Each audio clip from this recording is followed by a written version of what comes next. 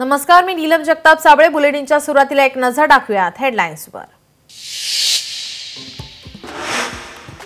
रोहित पवार यांच्या विरुद्ध ईडीकडून आरोपपत्र दाखल. 25,000 कोटींचा महाराष्ट्र राज्य सहकारी बँक घोटाळा प्रकरण.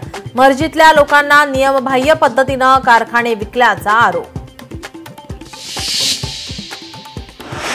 मुख्यमंत्री फडणवीस आज नवी मुंबई विमानतळाची करणार पाहणी. दुपारी 12 वाजता पाहणी दौरा. लोणावळा पुणे येथील मिसिंग लिंक रस्त्याचाही घेणार आढावा. आमदार निवासातील कॅन्टीन कर्मचाऱ्याला मारहाण प्रकरणी आमदार संजय गायकवाडांविरोधात गुन्हा दाखल. गायकवाडांसह आणखी एकावर अदखलपात्र गुन्हा. विरोधकांच्या अनुपस्थितीत विधान परिषदेतही जनसुरक्षा विधेयक मंजूर. ठाकरेंच्या शिवसेनेसह मवियातील घटक पक्षांचा विरोध. राज्यपालांची भेट घेऊन नोंदवणार निषेध. बिहारच्या निवडणुकीत गैरप्रकार करण्याचा डाव. काँग्रेस नेते राहुल गांधी यांचा भाजपावर आरोप. भाजपाकडून देशभरात संविधानावर हल्ले होत असल्याचाही आरोप. महाराष्ट्रासाठी ऐतिहासिक अभिमानास्पद गौरवशाली क्षण. शिवरायांचे 12 किल्ले युनेस्कोच्या जागतिक वारसा यादीत. रायगड, राजगड, प्रतापगड, पन्हाळा, शिवनेरीसह तामिळनाडूतल्या जिंजी किल्ल्याचा समावेश.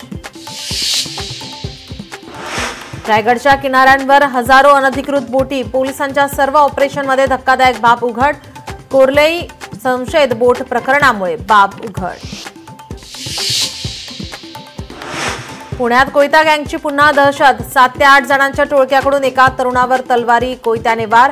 हल्ला झालेला तरुण ठाकरेंच्या शिवसेनेच्या पदाधिकाऱ्याचा भाऊ असल्याची माहिती. सावंतवाडीच्या प्रिया चव्हाण विवाहितेच्या आत्महत्या प्रकरणी संशयित आरोपीला 15 जुलैपर्यंत अटकपूर्व जामीन. पुढील सुनावणी 15 जुलैला. इटलीची टीम इतिहासात पहिल्यांदाच T20 वर्ल्ड कप 2026 साठी पात्र. ऑस्ट्रेलियन खेळाडूच्या नेतृत्वाच्या जोरावर संघाचा विजय.